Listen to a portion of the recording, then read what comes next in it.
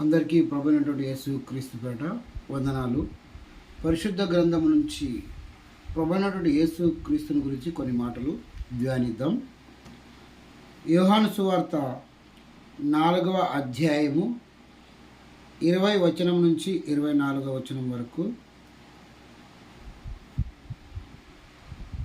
మా పితరులు ఈ పర్వతమందు ఆరాధించరు కానీ ఆరాధించవలసిన స్థలం యెరూషలేములో ఉన్నదని మీరు చెప్పుదురని ఆయనతో అనగా, యేసు ఆమెతో ఇట్లెను, అమ్మ, ఒక కాలం వచ్చుచున్నది, ఆ కాలమందు ఈ పర్వతం మీదనైనను యెరూషలేములోనైనను మీరు తండ్రిని ఆరాధింపరు, నా మాట నమ్మము. దేవుని సాయంగా చిన్న ప్రార్థన. ప్రేమ కలిగిన తండ్రి, జీవాధిపతి యేసయ్య, మీకే వందనాలు, స్తుతులు, స్తోత్రాలు ప్రభువా. మరి సాయంకాల సమయం ప్రభా, పరిశుద్ధ గ్రంథం నుంచి కొన్ని మాటలు మీ గురించి తెలియపరచమని, మీ పరిశుద్ధాత్మను కుమ్మరించి మీరే మాట్లాడమని ప్రభా. నేను అజ్ఞాని, అవివేకిని, జ్ఞానమైన లేనివంటి వాడను ప్రభువా, మట్టి వాడను ప్రభువా.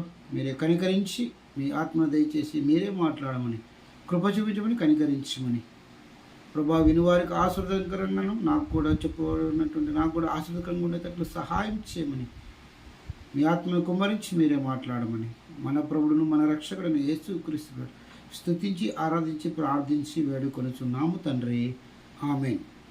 ఇక్కడ ప్రభు అయినటువంటి యేసుక్రీస్తుల వారు మరి సమరయ ప్రాంతంలో ఉన్నటువంటి సుకార అనే గ్రామం గుండా వెళుతూ సమరయ స్త్రీతో యాకోబు బావ వద్ద మరి మాట్లాడేవాడుగా ఉంటున్నాడు. మరి ఆమెతో మాట్లాడుతూ ఉన్నప్పుడు ఆమెకున్నటువంటి మరి లోపాన్ని దేవుడు తెలియపరుస్తూ ఉన్నప్పుడు ఆమె ప్రభువైనటువంటి యేసుక్రీస్తుల వారిని ప్రవక్త అని ఆమె గ్రహించింది. అయితే ఆయన మెస్సియా అని చెప్పి మరి తరువాత ప్రభువైనటువంటి యేసుక్రీస్తుల వారు ఆమెకు తెలియపరచడము జరిగింది. మరి ప్రభువైనటువంటి యేసుక్రీస్తుల వారు ఆ సమరయ స్త్రీతో మాట్లాడుతూ మరి, అమ్మ, ఒక కాలం వచ్చుచున్నది, ఆ కాలమందు ఈ పర్వతం మీదనను యెరూషలేము మీదనను మీరు తండ్రిని ఆరాధింపరు, నా మాట నమ్మము అని. మరి సమరయ స్త్రీ ప్రభువైనటువంటి యేసుక్రీస్తుతో అంటూ ఉన్నది ఈ విధంగా, మా పితరులు ఈ పర్వతమందు ఆరాధించరు కానీ ఆరాధింపవలసిన స్థలము యెరూషలేములో ఉన్నదని మీరు చెప్పుదురని ఆయనతో అనగా, ఆయన ఆమెతో, అంటే సమరయ స్త్రీ ప్రభువైనటువంటి యేసుక్రీస్తుల వారు మరి సమరయుల యొక్క పితరులైనటువంటి పెద్దలు మరి ఈ పర్వతమందు ఆరాధించారు కానీ ఆరాధించవలసిన స్థలము యెరూషలేములో ఉందని చెప్పి మీరు చెప్తారని ప్రభువైనటువంటి యేసుక్రీస్తుతో అన్నప్పుడు ఆయన ఆమెతో ఈ విధంగా అంటున్నాడు, అమ్మ, ఒక కాలం వచ్చుచున్నది, ఆ కాలమందు ఈ పర్వతం మీదనను యెరూషలేమునను మీరు తండ్రిని ఆరాధింపరు, నా మాట నమ్మము. కాబట్టి ఒక కాలం వస్తుంది, ఆ కాలమందు తండ్రిని ఈ పర్వతం అందైనా కానీ యెరూషలేము నందైనా కానీ తండ్రిని ఆరాధింపరు, నా మాట నమ్ము అని చెప్పి ప్రభువైనటువంటి యేసుక్రీస్తుల వారు సమరయ స్త్రీతో చెప్పడము జరిగింది. కాబట్టి ఇక్కడ ఈ పర్వతము అంటే సమరయులు ఆరాధించేటువంటి స్థలం. అంటే ఈ పర్వతము అనగా గెరీజీము అనేటువంటి పర్వతం. గెరీజీము అనేటువంటి పర్వతం మీద ఆనాడు సమరయులు దేవుని ఆరాధించేవారుగా ఉంటున్నారు. అయితే ఇశ్రాయేలీయులు లేదా యూదులు మరి యెరూషలేము పట్టణంలో ఉన్నటువంటి యెరూషలేము దేవాలయంలో దేవుణ్ణి ఆరాధించేవారుగా ఉంటున్నారు. మీరు మీకు తెలిసిన దానిని ఆరాధించువారు, మేము మాకు తెలిసిన దానిని ఆరాధించువారు. అంటే 22వ వచనం, మీరు మీకు తెలియని దానిని ఆరాధించువారు. ప్రభువైనటువంటి యేసుక్రీస్తుల వారితో మరి ఈ విధంగా ప్రభువైనటువంటి యేసుక్రీస్తుల వారు సమరయ స్త్రీతో ఈ విధంగా సెలవిస్తున్నారు, మీరు మీకు తెలియని దానిని ఆరాధించువారు, మేము మాకు తెలిసిన దానిని ఆరాధించువారు. రక్షణ యూదుల నుండి కలుగుచున్నది. కాబట్టి మీరు ఆరాధించేటువంటిది మీకు తెలియంది, అయితే మేము ఆరాధించేది మాకు తెలిసింది అని చెప్పి సమరయ స్త్రీతో మాట్లాడాడు. ఎందుకు వారు తెలియని దాన్ని ఆరాధిస్తున్నారంటే సమరయులు. మరి అసలు సమరయులు అంటే ఎవరంటే ఇశ్రాయేలు ప్రజలకు మరి అన్యజనులైనటువంటి వారికి జన్మించినటువంటి వారు. అందుకే వారు తప్పు మూలకంగా జన్మించిన వారని చెప్పి, తక్కువ వారని చెప్పి, ఇశ్రాయేలు కంటే లేదా యూదుల కంటే అని చెప్పి, అందుకే యూదులు మరి సమరయులతో సాంగత్యము చేయరని చెప్పి అక్కడ మరి 9వ వచనంలో పైన 4వ అధ్యాయం 9వ వచనంలో రాయబడి యూదులు సమరయులతో సాంగత్యము చేయరు. ఎందుకంటే వారు మరి అన్యుల ద్వారా జన్మింపబడిన వారు, ఇశ్రాయేలులకు అన్యులకు జన్మింపబడిన వారని చెప్పి, పాపం చేత జన్మించిన వారని చెప్పి, మరి దేవుని పిల్లలు కాకున్నటువంటి వారితో వారి వలన జన్మించిన వారని చెప్పి వారితో సాంగత్యము యూదులు చేయరు. మరి రక్షణ యూదులలో నుండియే వస్తుంది. మరి అందుకే సమరయులకు వచ్చేసి వారి దగ్గర ధర్మశాస్త్రం మాత్రమే ఉంది. ధర్మశాస్త్రంలోని 5 గ్రంథాలు, పంచఖండాలు మాత్రమే వారి దగ్గర ఉంది. వారి దగ్గర ప్రవక్తల గ్రంథాలు కానీ కీర్తనలు కానీ వారి దగ్గర లేదు. అందుకే వారు తెలియని దాన్ని ఆరాధించేవారుగా ఉంటున్నారు. అంటే లోక రక్షకుడైనటువంటి ప్రభువైనటువంటి యేసు క్రీస్తుల వారు మరి ఎక్కడ జన్మిస్తాడు, ఏ వంశంలో జన్మిస్తాడు అని చెప్పి వారికి సరైనటువంటి అవగాహన లేదు. ఎందుకంటే వారి దగ్గర ప్రవక్త గ్రంథాలు మరి కీర్తనల గ్రంథం లేనందువల్ల మరి వారికి తెలియదు. అందుకే దేవుడు వారిని మరి మెస్సియా వస్తాడని తెలుసు కానీ ఎక్కడ వస్తాడు, ఏ వంశం వస్తాడు, ఏ పట్టణంలో జన్మిస్తాడు అనేటువంటి సరైన అవగాహన వాళ్ళకి లేదు. అందుకే మీరు తెలియని దాన్ని ఆరాధిస్తున్నారని చెప్పి ప్రభువైనటువంటి యేసుక్రీస్తుల వారు చెప్పడము జరిగింది. అయితే యూదుల దగ్గర ధర్మశాస్త్రం ఉంది, మరి ప్రవక్త గ్రంథాలు ఉన్నాయి, కీర్తనలు ఉన్నాయి. కాబట్టి వారికి ఖచ్చితంగా రూఢిగా మెస్సియా రక్షకుడు ఎక్కడ వస్తాడు, ఎక్కడ జన్మిస్తాడు అనేటువంటి విషయాలు వాళ్ళకు తేటతెల్లముగా తెలుసు. కాబట్టి రక్షణ యూదులలో నుండి వస్తుందని చెప్పి ప్రభువు సెలవిస్తున్నాడు. రక్షణ యూదులలో నుండి, యూదా గోత్రంలో నుండి, మరి యూదా గోత్రంలో జన్మించినటువంటి ప్రభువైనటువంటి యేసు క్రీస్తు ద్వారా మాత్రమే రక్షణ వస్తుందని ప్రభువైనటువంటి యేసు క్రీస్తుల వారు మరి సెలవిచ్చేవాడుగా ఉంటున్నాడు. 23వ వచనం, అయితే యథార్థముగా ఆరాధించువారు ఆత్మతోనూ సత్యముతోనూ తండ్రిని ఆరాధించు కాలము వచ్చుచున్నాయి. అయితే దేవుణ్ణి ఆరాధించేటువంటి వారు యథార్థముగాను, అంటే ఉన్నది ఉన్నట్టుగా నిక్కచ్చిగా ఆరాధించువారు ఆత్మతోనూ సత్యముతోనూ తండ్రిని ఆరాధించు కాలము వస్తుంది అంటున్నాడు. అంటే ఎవరైతే యథార్థముగా సత్యముగా ఆరాధించేటువంటి వారు తండ్రిని ఆత్మతోనూ సత్యముతోనూ ఆరాధించే కాలము వచ్చుచున్నది, అది ఇప్పుడు వచ్చే ఉన్నది. అంటే తండ్రిని యథార్థముగా ఆత్మతోనూ సత్యముతోనూ ఆరాధించే కాలము ఇప్పుడు వచ్చే ఉన్నది.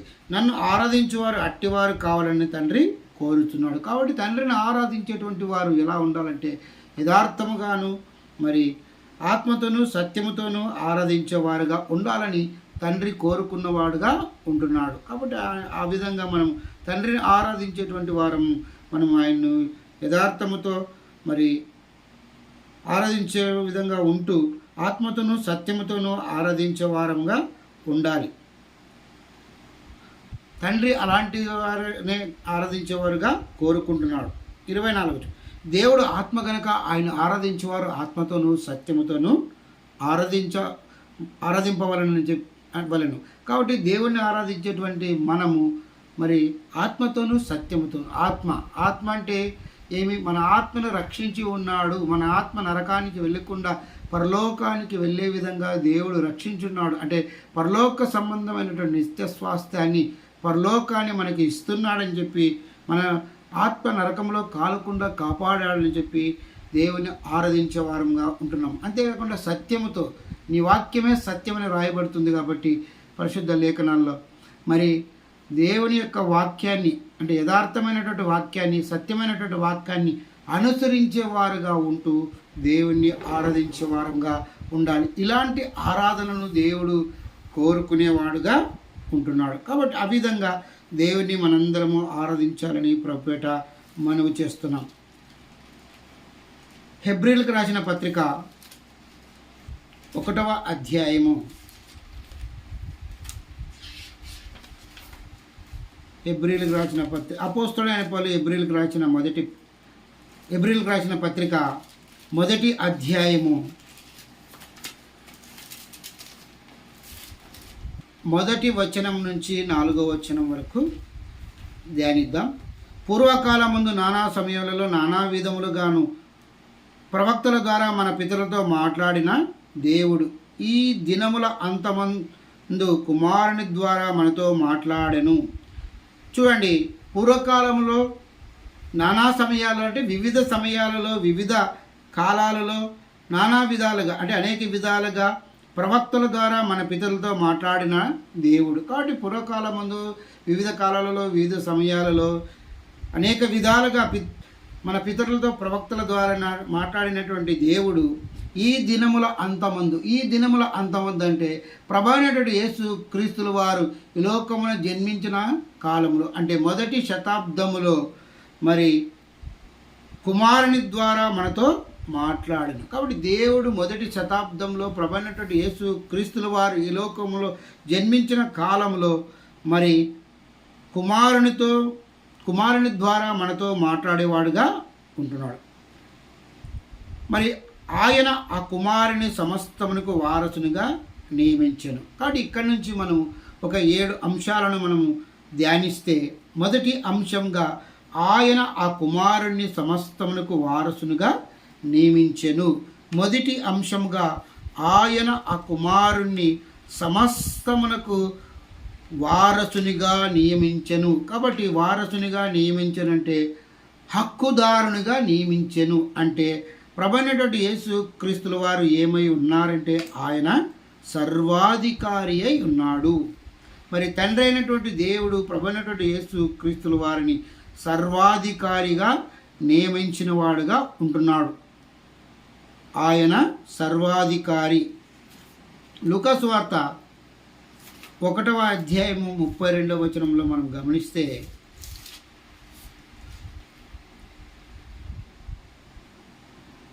మరి గబ్రియలు దేవదూత మరియమ్మతో మాట్లాడుతూ, నువ్వు పరిశుద్ధాత్మ ద్వారా గర్భాన్ని ధరిస్తావని, మరి నీ గర్భములో ద్వారా జన్మించేటువంటి ఆయన గొప్పవాడై సర్వోన్నతుని కుమారుడు అనబడును. అంటే నీ గర్భము ద్వారా మరి జన్మించేటువంటి ఆయన సర్వోన్నతుడై దేవుని కుమారుడు అనబడును అని చెప్పి ఇక్కడ తెలియపరుస్తున్నాడు. 35వ వచనంలో, దూత పరిశుద్ధాత్మ నీ మీదికి వచ్చును, సర్వోన్నతుని శక్తి నిన్ను కమ్ముకొనను గనక పుట్టబో శిశువు పరిశుద్ధుడై దేవుని కుమారుడు అనబడును. కాబట్టి పరిశుద్ధాత్మ నిన్ను కమ్ముకొను, పరిశుద్ధాత్మ ద్వారా నువ్వు గర్భవతి కుమారుని కందువు. మరి ఆయన ఎవరంటే దేవుని కుమారుడు అనబడును. అంటే ఆయన సర్వాధికారి. అంటే దేవుడు సర్వాధికారి కాబట్టి ఆయన కుమారుడుగా ఈ లోకంలో జన్మించేటువంటి మరి సర్వోన్నతుని కుమారుడు అనబడేటువంటి ప్రభైనటువంటి యేసు క్రీస్తు కూడా సర్వాధికారి అని చెప్పి ఇక్కడ గాబ్రియేలు దేవదూత మరియమ్మకు తెలియపరిచేదిగా ఉంటుంది. యోహాను సువార్త 5వ అధ్యాయము 21వ వచనం. 5వ అధ్యాయం 21వ వచనంలో, తండ్రి మృతులను ఎలాగూ లేపి బ్రతికించును అలాగే కుమారుడును తనకిష్టం వచ్చిన వారిని బ్రతికించును. తండ్రి ఎవరికి తీర్పు తీర్చడు కానీ తండ్రిని గనపరచునట్లుగా అందరూ కుమారుని గనపరచవలనని తీర్పు తీర్చుటకు సర్వాధికారము కుమారునికి అప్పగించి ఉన్నాడు. కాబట్టి తండ్రి మృతులను ఏ విధంగా లేపుతాడు, అదేవిధంగా కుమారుడైనటువంటి ప్రభైనటువంటి యేసు క్రీస్తు కూడా తనకు ఇష్టం వచ్చిన వారిని బ్రతికించేవాడుగా ఉంటున్నాడు. కాబట్టి తండ్రి ఎవరికి తీర్పు తీర్చడు. కాబట్టి తండ్రి ఎవరికి కూడా తీర్పు తీర్చడు కానీ తండ్రిని గనపరచినట్లు అందరూ కుమారుని గనపరచవలనని తీర్పు తీర్చుటకు సర్వాధికారము కుమారునికి అప్పగింది. కాబట్టి తండ్రి తీర్పు తీర్చడు. తండ్రిని ఏ విధంగా అయితే గనపరుస్తారో, తండ్రి అయినటువంటి దేవుని ఏ విధంగా గనపరుస్తారో, అదేవిధంగా కుమారుడైనటువంటి ప్రభును గనపరచుటకై మరి ఆయన తీర్పు తీర్చుటకు సర్వాధికారి అయి ఉన్నాడు. కాబట్టి తండ్రి తీర్పు తీర్చుడు కానీ కుమారుడు మరి సర్వాధికారి అయి తీర్పు తీర్చేవాడుగా ఉంటున్నాడు. కాబట్టి మన ప్రభు అయినటువంటి యేసు క్రీస్తు వారు ఎవరంటే ఆయన సర్వాధికారి అయినటువంటి దేవుడు. ఆయన సర్వాధికారి. యోహాను సువార్త 10వ అధ్యాయం 18వ వచనం మనం గమనిస్తే,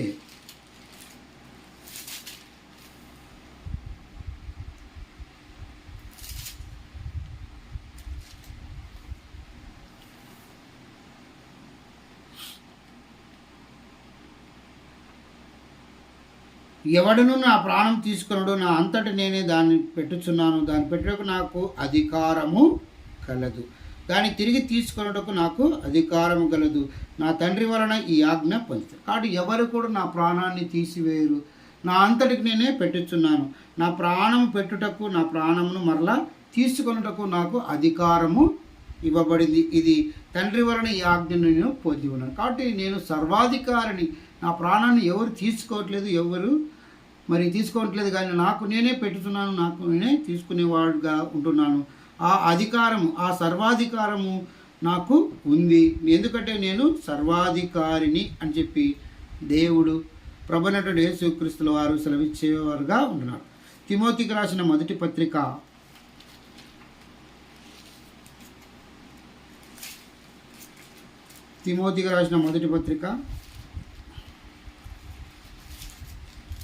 6వ అధ్యాయం 15 వచనం. శ్రీమంతుడును అద్వితీయుడునకు సర్వాధిపతి యుద్ధకాలమందు ఆ ప్రత్యక్షతను కనపరచును. ఆ సర్వాధిపతి రాజులకు రాజును ప్రభులకు ప్రభునై ఉన్నాడు. కాబట్టి ఆయన ప్రభునటువంటి యేసుక్రీస్తుల వారు ఎవరంటే ఆయన శ్రీమంతుడు, అద్వితీయుడునకు సర్వాధిపతి. ఆయన గొప్ప ధనవంతుడు, గొప్ప శ్రీమంతుడు, ఆగర్భ శ్రీమంతుడు. ఆయన అద్వితీయుడునకు సర్వాధిపతి, ద్వితీయం లేనటువంటి సర్వాధిపతి. ఆయన సర్వాధికారి. యుక్తకాలముందు తన ప్రత్యక్షతను కనపరచును. తగిన కాలముందు ప్రభువైనటువంటి యేసుక్రీస్తుల వారు తన ప్రత్యక్షతను కనపరిచిన వాడుగా ఉంటున్నాడు. అంతేకాకుండా ఆ సర్వాధిపతి రాజులకు రాజును ప్రభులకు ప్రభుడై ఉన్నాడు. ఆయన రాజులకు రాజు, ప్రభులకు ప్రభువై అందరి మీద అధికారము కలిగినటువంటి సర్వాధికారి మన ప్రభువైనటువంటి యేసుక్రీస్తుల వారు. ప్రకటన గ్రంథంలో 1వ అధ్యాయం 8వ వచనంలో మనం గమనిస్తే, ప్రకటన గ్రంథము 1వ అధ్యాయం 8, అల్ఫయు ఒమేగయు నేనే, వర్తమాన భూత భవిష్యత్ కాలంలో ఉండువాడును నేనే అని సర్వాధికారియు దేవుడునకు ప్రభు సెలవిచ్చును. అల్ఫయు ఒమేగయు నేనే, ఆది అంతమును, మొదటివాడును కడపటివాడును నేనే అని చెప్పి వర్తమాన భూత భవిష్యత్ కాలంలో ఉండువాడును నేనే, సర్వాధికారియగు దేవుడకు ప్రభు సెలవిచ్చుచున్నాడు అంటాడు. కాబట్టి మొదటివాడును కడపటివాడును, ఆదియు అంతమునైనటువంటి వాడును, అల్ఫయు ఒమేగయు నేనే, వర్తమాన భూత భవిష్యత్ కాలంలో ఉండువాడును నేనే అని సర్వాధిపత్యకు దేవుడు అగు ప్రభువు సెలవిచ్చుచున్నాడు. కాబట్టి ప్రభు అయినటువంటి యేసుక్రీస్తుల వారు ఆయన సర్వాధికారియకు దేవుడునకు ప్రభువై ఉన్నాడు. సర్వాధికారియు దేవుడునకు ప్రభువై ఉంటూ వర్తమాన భూత భవిష్యత్ కాలంలో ఉండేటువంటి వాడు. ఆయన మొదటివాడు, కడపటివాడు. ఆయనే ఆదియు అంతమునై ఉన్నాడు.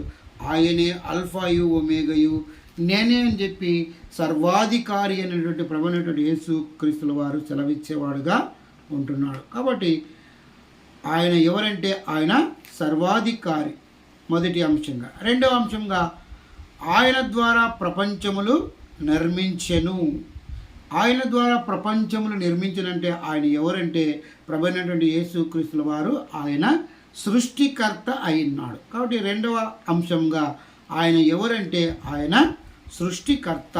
సామెతల గ్రంథము 8వ అధ్యాయము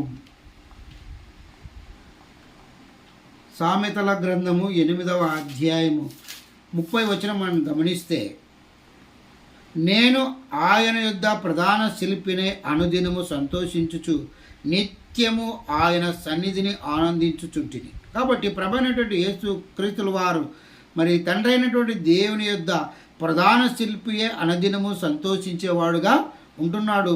నిత్యము ఆయన సన్నిధిని ఆనందించేవాడుగా ఉంటున్నాడు. అంటే తండ్రి అయినటువంటి దేవుని దగ్గర ఆయన ప్రధాన శిల్పియే, సృష్టికర్త అయి మరి ఆయన అనుదినము తాను చేయుచున్నటువంటి సృష్టిని చూసి అనుదినము సంతోషిస్తూ నిత్యము ఆయన సన్నిధిని ఆనందించేవాడుగా ఉంటున్నాడు. కాబట్టి ప్రభువైనటువంటి యేసుక్రీస్తుల వారు ఆయన సృష్టికర్త అయినటువంటి దేవుడు. యోహాను సువార్త 1వ అధ్యాయం 1వ వచనం నుండి 3వ వచనం వరకు మనం గమనిస్తే,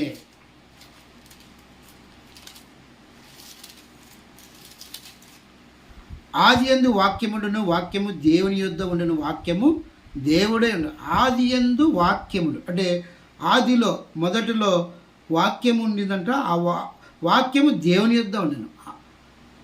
వాక్యం ఎక్కడ ఉందంట? దేవుని యొద్ద ఉండెను. వాక్యము దేవుడే ఉండెను. వాక్యమే దేవుని యొద్ద ఉంది. ఆ వాక్యమే దేవుడే ఉండెను. ఆయన ఆది యందు దేవుని యొద్ద ఉండెను, సమస్తమును ఆయన మూలంగా కలిగాను. కాబట్టి ఆయన ఆది యందు దేవుని యొద్ద ఉండెను. ఆయన అంటే ఇక్కడ ప్రభువైనటువంటి యేసుక్రీస్తుల వారు మరి ఎక్కడున్నాడంట? దేవుని యొద్ద ఉండెను, సమస్తమును ఆయన మూలముగా కలిగెను. కాబట్టి సమస్తమును కూడా ప్రభువైనటువంటి యేసుక్రీస్తు ద్వారానే కలిగెను. కలిగి ఉన్నది ఏది ఆయన లేకుండా కలుగలేదు. కలిగి ఉంది ఏది కూడా సృష్టిలో, విశ్వంలో, ప్రపంచంలో ఏది కూడా ప్రభువైనటువంటి యేసుక్రీస్తుల వారు లేకుండా కలగలేదని చెప్పి యోహాను భక్తుడు ఇక్కడ రాస్తున్నాడు. మరి వాక్యము దేవుడై ఉండెను. వాక్యము దేవుడై ఉండెను. ప్రకటన గ్రంథము 19:13 రాయబడి ఉంటుంది. ప్రభువైనటువంటి యేసుక్రీస్తుల వారికి మరి దేవుని వాక్యము అనేటువంటి పేరు, నామము ఉందని చెప్పి అక్కడ రాయబడింది. కాబట్టి ఇక్కడ వాక్యం అనగా ప్రభువైనటువంటి యేసుక్రీస్తుల వారు. కాబట్టి ఆయన లేకుండా ఏది కూడా కలగలేదు. సమస్తమును ఆయన మూలంగా కలిగి ఉన్నది ఏది ఆయన లేకుండా కలుగలేదు. 10వ వచనం, ఆయన లోకంలో ఉండెను కానీ లోకం ఆయన మూలంగా కలిగెను కానీ లోకం ఆయనను తెలుసు. ఆయన లోకంలో వచ్చినప్పుడు లోకము ఆయన వలన కలిగెను కానీ లోకము ఆయనను తెలుసుకొనలేదు, ఆయనను గ్రహించలేదు.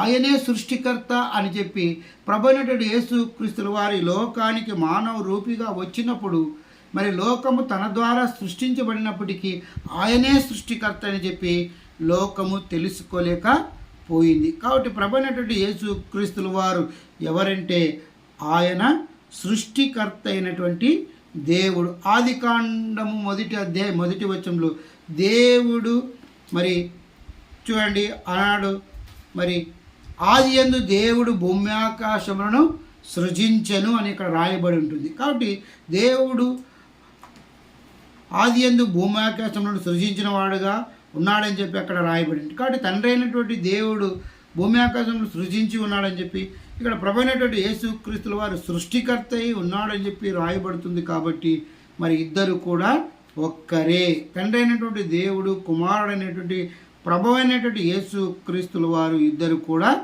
ఒక్కరే. కొలస్సీలకు రాసిన పత్రిక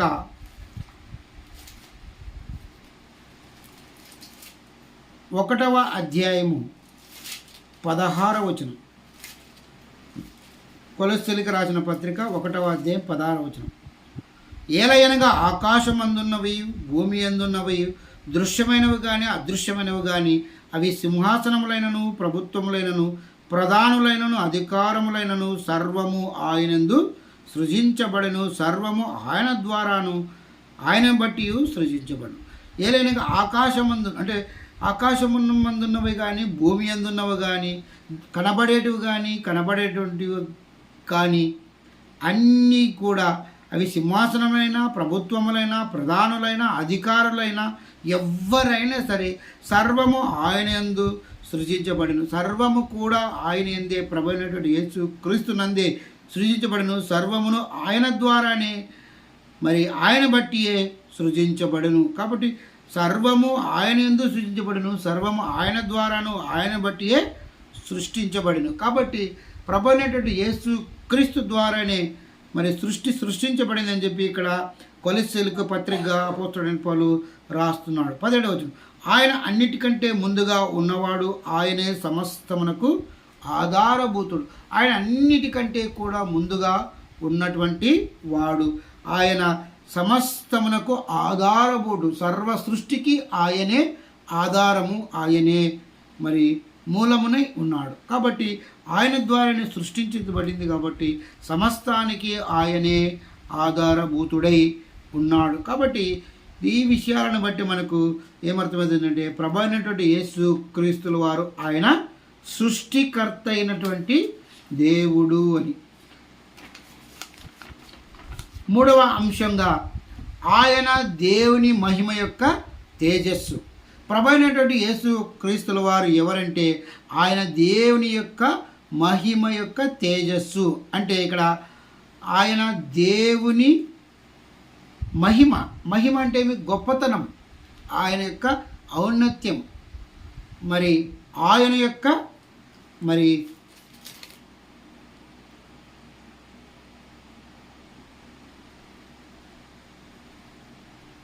దేవుని యొక్క గొప్పతనమై, తర్వాత ఆయన యొక్క స్వరూపం,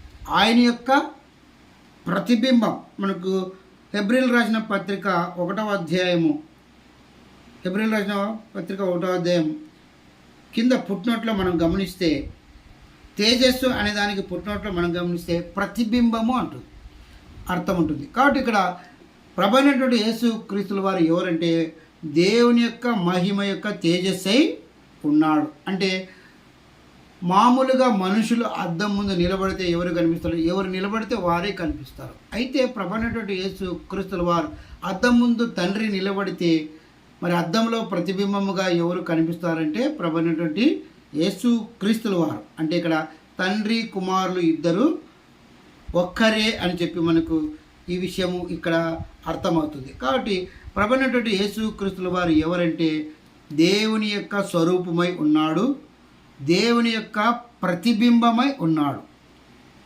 దేవుని రూపమై ఉన్నాడు. కాబట్టి ప్రభు అయినటువంటి యేసు క్రీస్తుల వారు దేవుని రూపం కలిగినటువంటి వాడు. ద్వితీయోపదేశ కాండము 4వ అధ్యాయం 12-15 వచనాల్లో మాకు గమనిస్తే, ఆనాడు ఇశ్రాయేలు ప్రజలు దేవునితో మాట్లాడలేదు కానీ, దేవుని చూడలేదు కానీ దేవుని యొక్క స్వరాన్ని విన్నారని చెప్పి అక్కడ రాయబడి ఉంటుంది. మరి అదేవిధంగా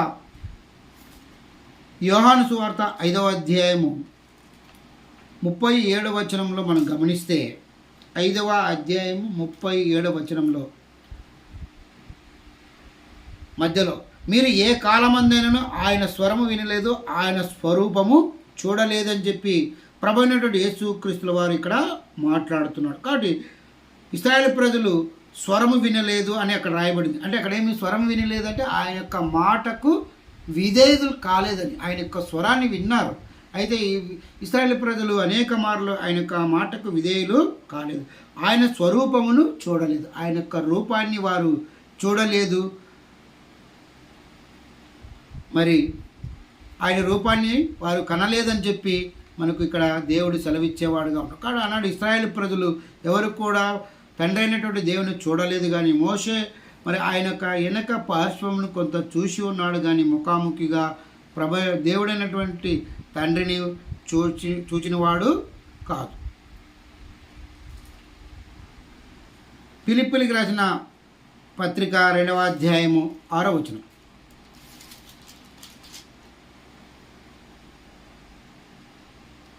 ఆయన దేవుని స్వరూపము కలిగిన వాడై ఉండి దేవునితో సమానముగా ఉండుట విడిచిపెట్టకూడని భాగ్యమని ఎంచుకొనలేదు. ఆయన దేవుని స్వరూపము కలిగినటువంటి వాడు. ప్రభు అయినటువంటి యేసు క్రీస్తుల వారు ఎవరంటే ఆయన దేవుని స్వరూపము కలిగినటువంటి వాడు. ఆయన దేవుని స్వరూపాన్ని సంతరించుకున్నటువంటి వాడు. దేవునితో సమానముగా ఉండుట విడిచిపెట్టకూడని భాగ్యమని ఎంచు. దేవునితో సమానంగా ఉండినటువంటి వాడు. మరి దేవునితో సమానంగా ఉండేటువంటి వాడు ఎవరైంటారంటే ఆయన దేవుడై ఉంటాడు.